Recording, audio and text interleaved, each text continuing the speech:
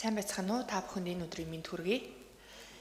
Нийслэлийн иргэдийн төлөөлөгчдийн хурлын хүний хөгжлийн хороо 2025 оны 12 дугаар сарын 1-ний өдөр хуралдаж, нийслэлийн иргэдийн төлөөлөгчдийн хурлын 2025 оны 11 сарын 28-ны өдрийн ээлжид бус 8 дугаар хуралдаанаас шилжүүлсэн нийслэлийн 2026 оны төсөв батлах тухай асуудлыг нийслэлийн засаг даргын эдийн засгийн хөгжил, дэд бүтцийн асуудал хариуцсан 1-р орлогч даваа далайн танилцуулснаар хэлэлцлээ.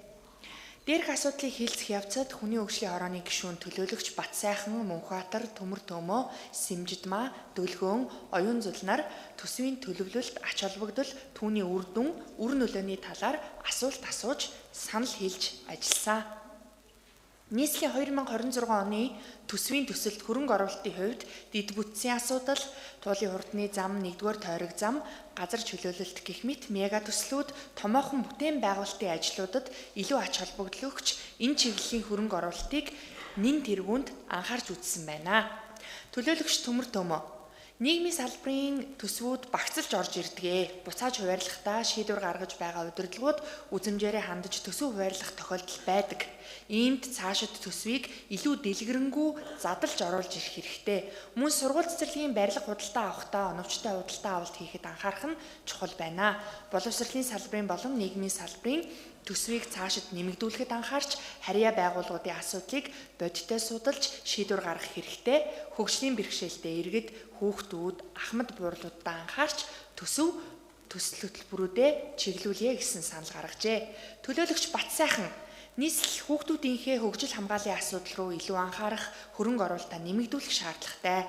Эрүүл мэндийн хүртээмжийг сайжруулах, улирлын чанартай өвчлөлийн үед урьдаас бэлтгэл хангаж ажиллах хэрэгтэй гэсэн саналыг хэлсэн байна. Төлөөлөгч Мөнхбаатар: нийслэлийн төсөв улс болон нийслэлийн хөгжлийн бодлого төлөвлөгөөтэй уялдаж гарах нь хамгийн чухлаа. Нийслэл хүний хөгжлийн бодлого руугаа анхаарч, төсөл хөтөлбөрүүдэд багцлж танилцуулж байх санал гаргалаа. Төлөөлөгч Сэмжидмаа: нийгмийн салбарын төсөл хөтөлбөрүүдийн төсвийн саналууд хасагдж орж ирээд байна. Цаашид хасахгүй байхад анхаарч ажиллая. Тэр тусмаа сургууль цэцэрлэг, нэн шаардлагатай байгаа дүүрэг хороодод сургууль цэцэрлэг барьж байгуулах ажилд анхаарах хэрэгтэй гэсэн саналыг хэллээ.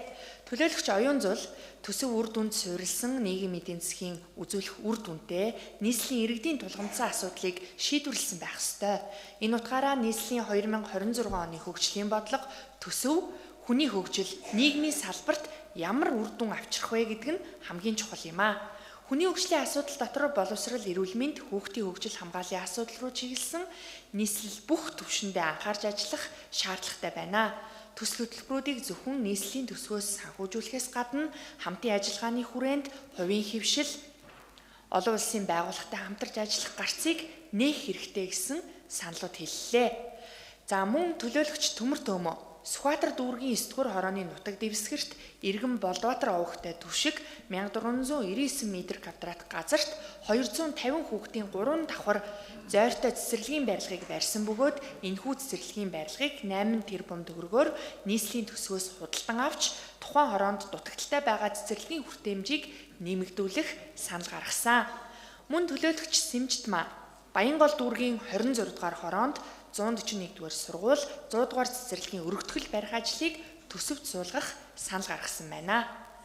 Хүний хөгжлийн хорооны хуралдаанд оролцсон төлөөлөгчдийн 100% саналаар нийслэлийн 2026 оны төсвийн төслийг хурлын ээлжид бус 8 дугаар хуралдаанаар хэлэлцэхийг дэмжсэн болно. Хэлэлцэн шийдвэрлэж өгнө. Баярлалаа.